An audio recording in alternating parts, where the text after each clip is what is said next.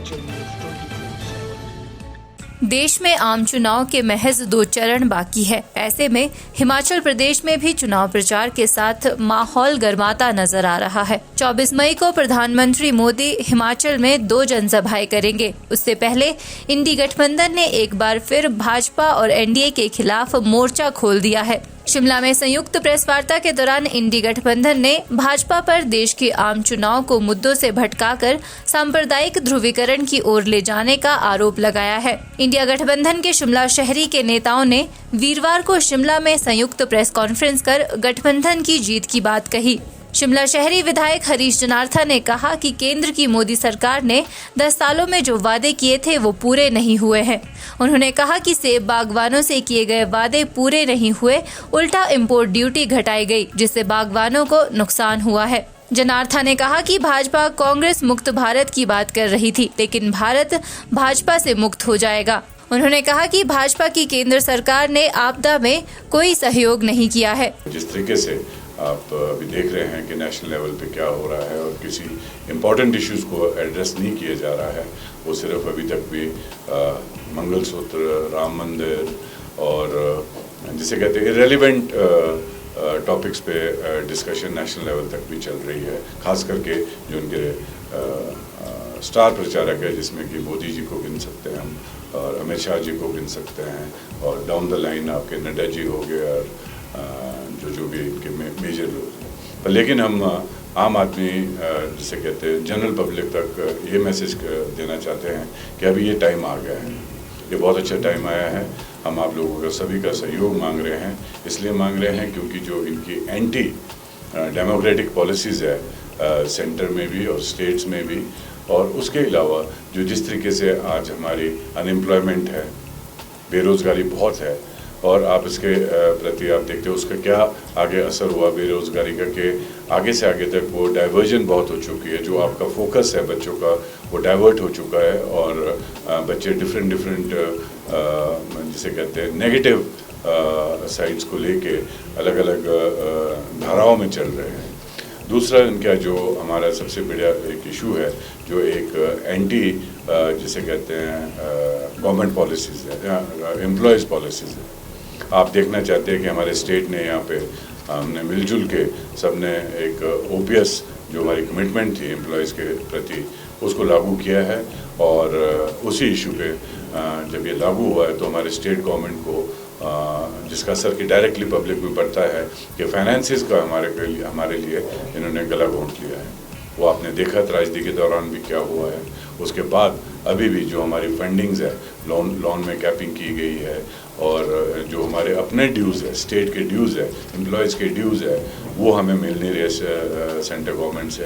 तो काफ़ी एक डिस्पैरिटीज़ कांग्रेस ओरिएंटेड और अलग अलग पार्टीज़ के जो स्टेट्स रूल कर रहे हैं उनके प्रति सेंट्रल गवर्नमेंट ने क्या रवैया रखा है। वहीं सीपीआईएम नेता संजय चौहान ने कहा कि 10 वर्षों से संविधान और लोकतंत्र खतरे में है। उन्होंने कहा कि हिमाचल में 6 विधायकों की खरीद फरोख्त की राजनीति हुई, जो सही नहीं है। संजय चौहान ने कहा कि देश में भाजपा सांप्रदायिकता की राजनीति कर रही है। चौहान ने कहा कि भाजपा ने ओपीएस को बंद किया है और देश में भाजपा सत्ता में आई तो ओपीएस समाप्त किया जाएगा। उन्होंने कहा कि कर्मचारी इसके विरोध में वोट करें। संजय चौहान ने कहा कि केंद्र की सरकार ने सेब का आयात शुल्क घटाया। उन्होंने कहा कि मोदी कल मंडी में आएंगे, मोदी जवाब दे कि आयात शुल्क 100% करने का क्या हुआ, प्रोसेसिंग प्लांट क्या लग पाया। उन्होंने कहा कि सुरेश कश्यप 5 सालों में कहीं नहीं दिखे। जनता ने अब मन बना लिया है कि भाजपा को सत्ता से बाहर करना है। मोदी जी के नेतृत्व में जो भाजपा एनडीए की सरकार पिछले 10 वर्षों के अंदर हमारे संविधान के ऊपर, हमारे लोकतंत्र के ऊपर, विशेष रूप में जो हमारे देश का जो संघीय ढांचा है, ये जो फेडरल स्ट्रक्चर है, उसके ऊपर एक बड़ा हमला जो किया है। और आपको देखा है कि इनकी जो कार्यप्रणाली है वो बिल्कुल ही जो है तानाशाहपूर्ण है और फांसीवादी तौर तरीके अपनाकर जो है इस लोकतंत्र को खत्म करने का काम किया जा रहा है। आपने देखा कि देश के अंदर जो चुनी हुई सरकारें हैं उनको डिस्टेबलाइज करने के लिए धन बल और सत्ता बल का दुरुपयोग किया जा रहा है। हमारे जो चुने हुए 2 मुख्यमंत्री हैं, अरविंद केजरीवाल दिल्ली के मुख्यमंत्री, हेमंत सोरेन जो झारखंड के मुख्यमंत्री, उनको जेल के अंदर डाला गया। हिमाचल प्रदेश के अंदर जिस तरीके से लोकतंत्र के ऊपर जनता के जमता, ये हिमाचल प्रदेश के इतिहास में ये सबसे बड़ी काली घटना है।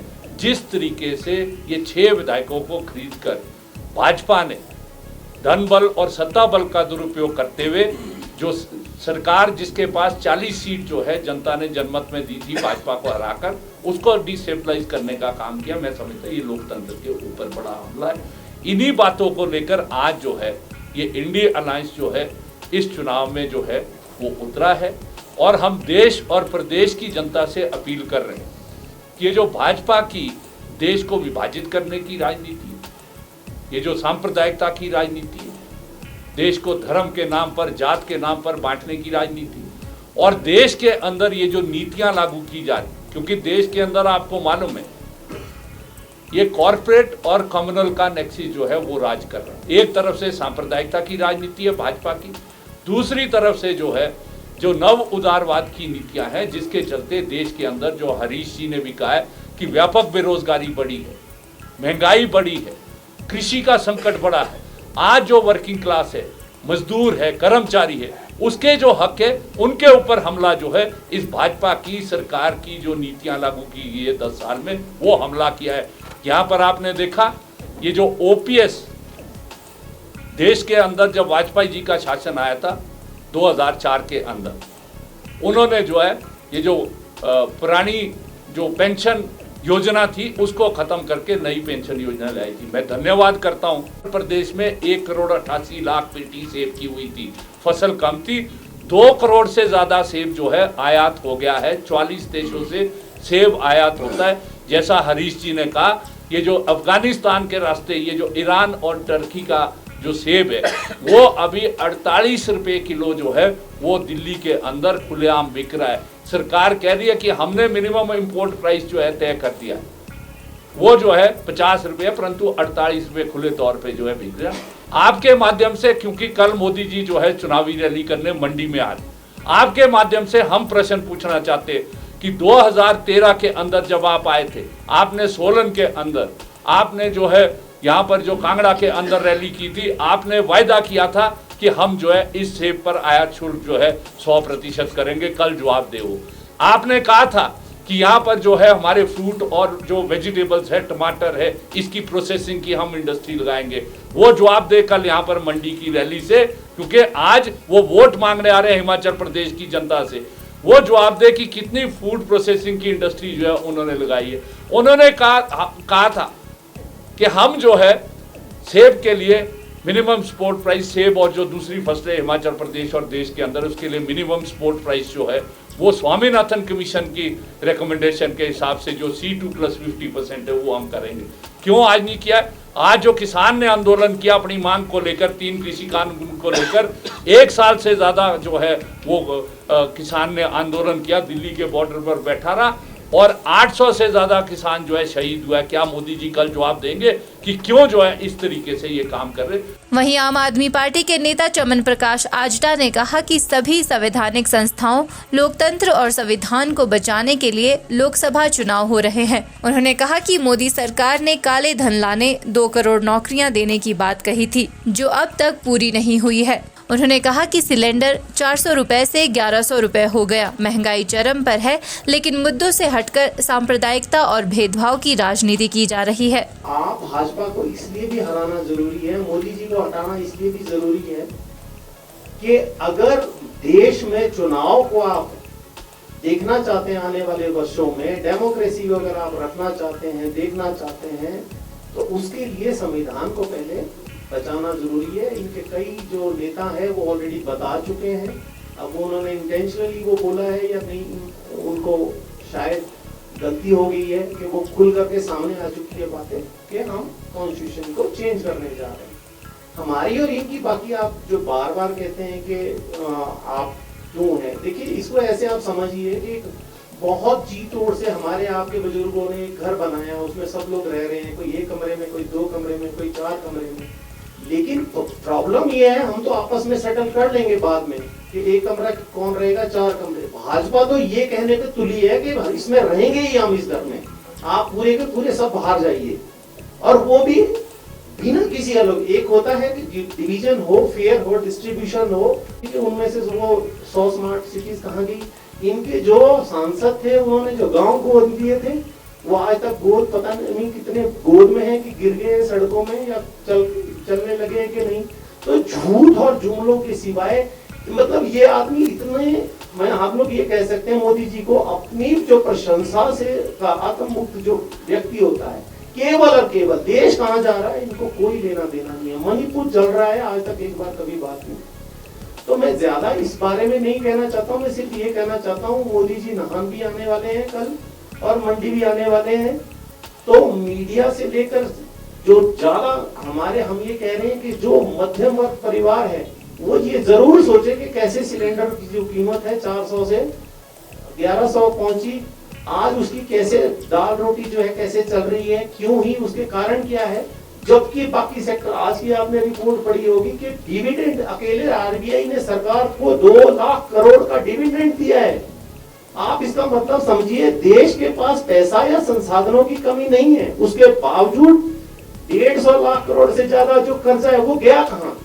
अपनी शाइनिंग की है। इंडिया तो शाइनिंग नहीं हो रहा है, इंडिया में कहाँ शाइन हो रहा है? ये कहते हैं हमने सड़कें बनाई, उसका तो आप सब लोगों को पता है, आप डीजल भरते हैं, पेट्रोल भरते हैं, सेस देते हैं, टोल टैक्स देते हैं हम लोग। जो सड़कें बन रही है वो build operate and transfer policy, उस पर बन रही है सड़कें, लेकिन गरीब क्या उठा है? तो मैं इतना ही आप लोगों से के माध्यम से, सरकार को छोड़िए, सरकार को तो इन्होंने इतना मतलब रोल ही ये लोग इतना खत्म करना चाहते हैं। तो मैंने कहा था कि लोकसभा से पहले एक बार दोबारा हिमाचल में यही हरकत करेंगे।